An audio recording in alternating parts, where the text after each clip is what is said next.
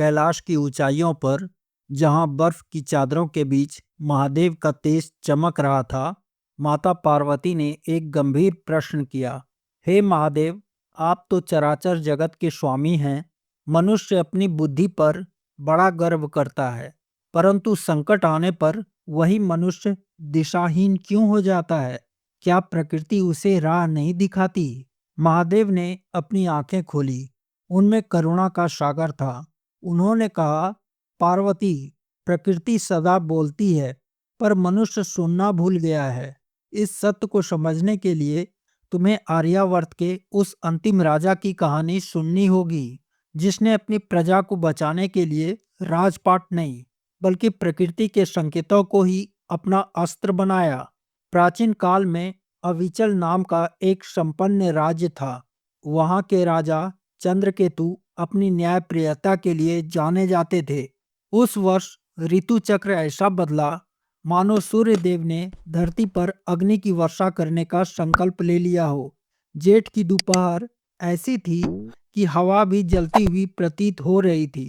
धीरे धीरे राज्य की नदियां सिमटने लगी, तालाबों की तली दिखने लगी और कुओं ने साथ छोड़ दिया। प्रजा बूंद बूंद पानी के लिए तरसने लगी। खेतों की छाती फट गई और अनाज के दाने धूल में बदल गए। राजा चंद्रकेतु को रातों को नींद नहीं आती थी।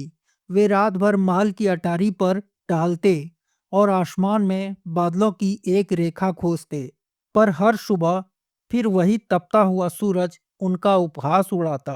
तभी एक ऐसी घटना घटी जिसने राजा के हृदय को झकझोर दिया। एक सुबह सूचना मिली कि राज्य के वन क्षेत्र में सैकड़ों पशु पक्षी मृत पाए गए हैं। राजा स्वयं वहां पहुंचे। उन्होंने देखा कि हिरणों के झुंड सूखे नाले के पास बेजान पड़े थे और आकाश के स्वामी कहे जाने वाले बाज धरती पर गिरे थे।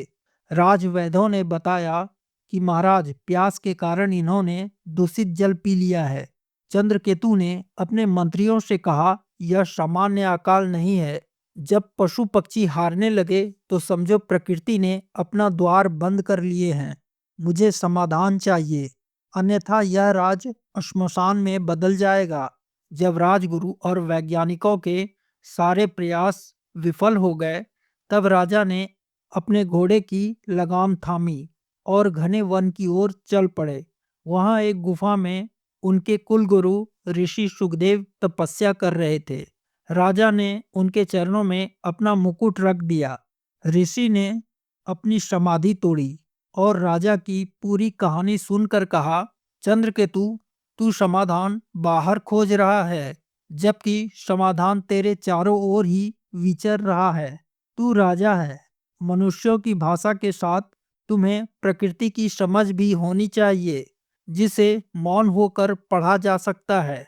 ऋषि ने राजा के कान में कुछ गुप्त सूत्र कहे और उन्हें वापस भेज दिया। राजा जब महल में लौटे तो बदले हुए थे। उनके चेहरे पर चिंता के बजाय एक अजीब एकाग्रता थी।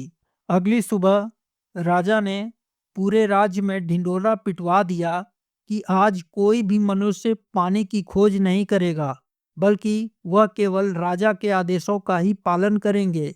राजा ने अपने शिकारियों और बहेलियों को आदेश दिया कि वे राज्य के विभिन्न कोनों में जाल बिछाकर उन पक्षियों को इकट्ठा करें जो गर्मी से बेहाल होकर गिर रहे हैं।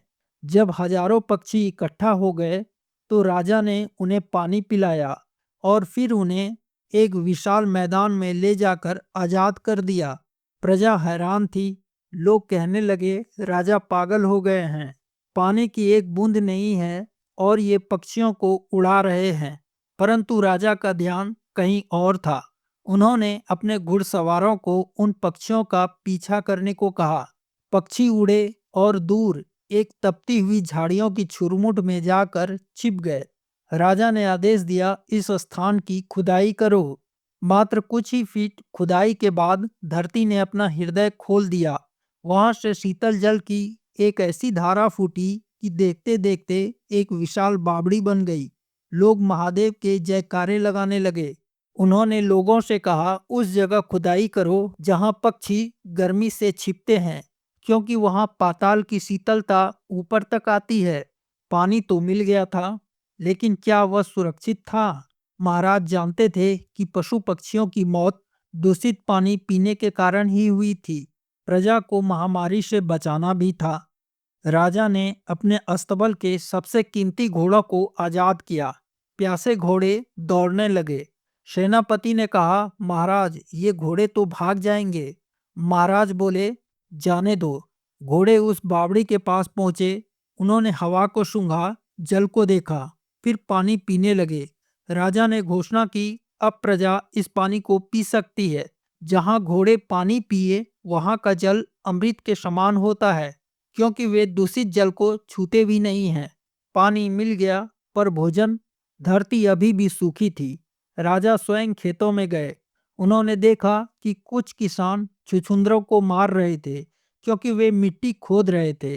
राजा ने उन्हें रोका और कहा, जहां ये छुछुंदर मिट्टी का ढेर लगा रहे हैं, वहीं बीज बो दो। कृषि पंडित हंसे, महाराज, यह तो पथरीली जमीन है। लेकिन जब वहां बीज बोए गए तो चमत्कार हुआ।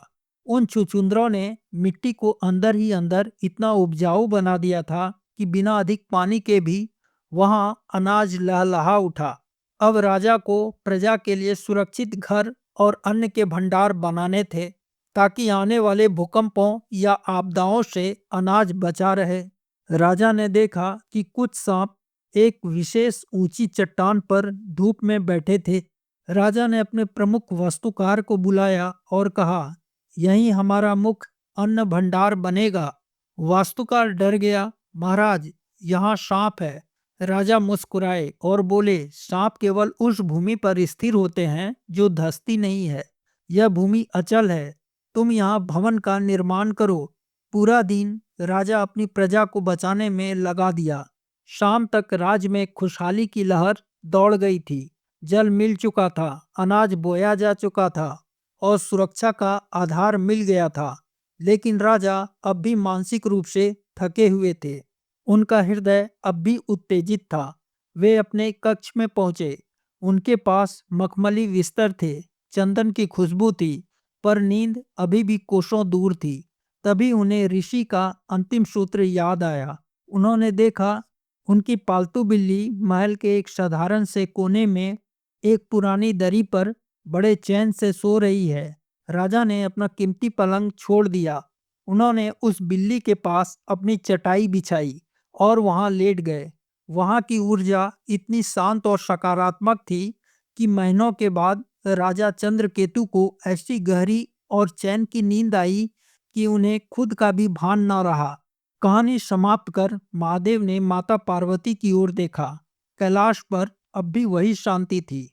माता पार्वती ने पूछा, हे नाथ, राजा ने बिल्ली के पास सोकर चैन क्यों पाया? और इन पशु में ऐसा क्या है जो मनुष्य में नहीं है? महादेव बोले, देवी, प्रकृति ने हर जीव को एक विशेष इंद्रिय दी है। पक्षी, वे भूमि के नीचे की नमी और थर्मल करंट को पहचानते हैं।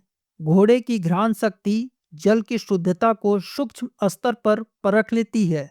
छुछुंदर जानते हैं कि मिट्टी के किस हिस्से में खनिज और हवा का संतुलन है।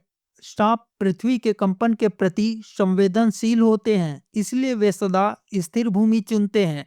बिल्ली में नकारात्मक ऊर्जा को सोखने और सकारात्मक ऊर्जा वाले स्थान को पहचानने की अद्भुत क्षमता होती है। वहां बिल्ली शांति से सोती है। वहां की तरंगे मनुष्य के मस्तिष्क को अल्फा स्टेट में ले जाती है। महादेव ने अंत में एक गुप्त बात कही, पार्वती, मनुष्य ने बुद्धि तो विकसित कर ली, पर सहज बोध खो दिया। जो राजा चंद्रकेतु ने किया वह विज्ञान और अध्यात्म का मेल था। पशु पक्षी प्रकृति के नियमों के विरुद्ध नहीं चलते, इसलिए वे प्रकृति के सीधे संपर्क में रहते हैं। जो मनुष्य इनके संकेतों को समझ लेता है, वह स्वयं ईश्वर के संकेतों को समझने के योग्य बन जाता है। तो बस आज के लिए इतना ही। आपको ये कहानी कैसी लगी, कमेंट करें। मिलते हैं फिर एक नई कहानी के साथ। तब तक के लिए जय हिंद, जय भारत।